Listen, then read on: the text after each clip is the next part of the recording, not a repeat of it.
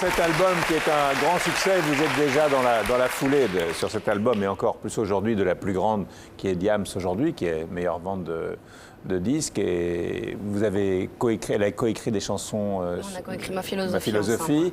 Vous participez à son dernier album et je crois que vous préparez votre nouvel album avec elle aussi. Oui. C'est la référence aujourd'hui. Pour moi, ouais.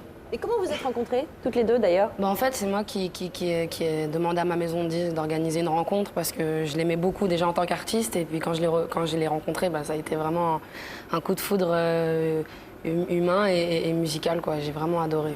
Alors tout est allé assez vite pour vous. Vous êtes né déjà un beau jour, le 21 juin, jour de l'été et jour de la fête de la musique.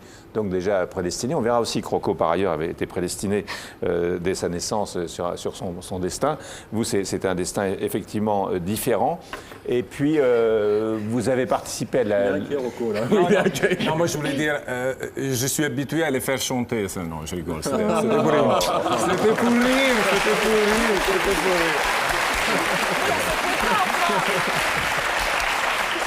C'était pour dédramatiser mon boulot. Oui, on n'est pas inquiet non plus. Là, on n'en fait pas un drame non plus, hein, vous inquiétez pas là-dessus. Parfois, ils en font un drame. Ah, pas nous. Moi, je non. m'amuse, mais il y a quelqu'un qui en fait un drame. Alors, Il y a des gens qui pensent que je fais un boulot difficile.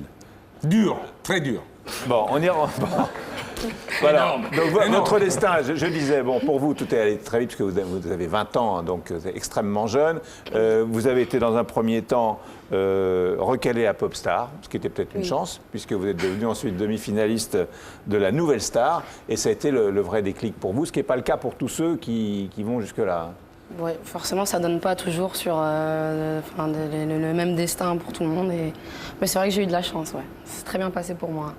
Surtout que en plus, vous avez été recalé pour une raison assez ordurière, pas ordurière entre guillemets, Popstar. mais pour Popstar. Quand on vous a dit que vous étiez trop grosse. Non. Comment vous l'avez vécu, vous? C'est quand même On juste.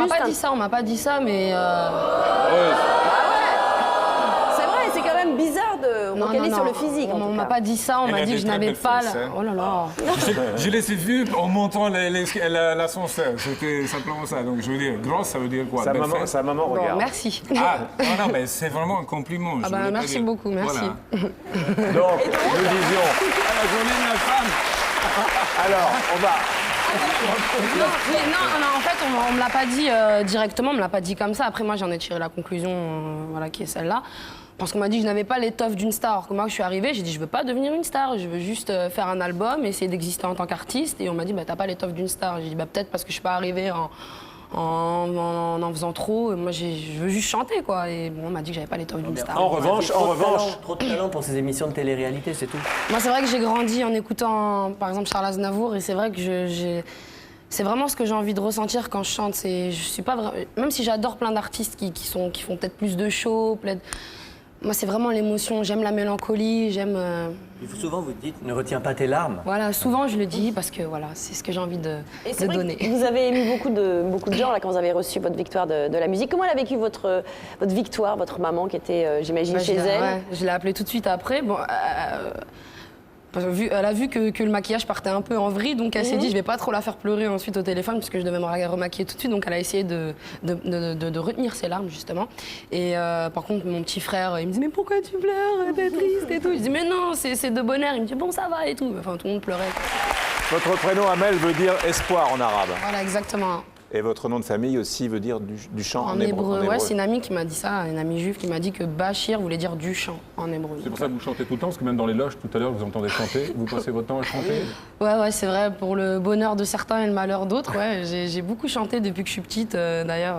Vous chantez bien, d'ailleurs, la chanson de Camille. Oui. C'est vrai? Non, mais non.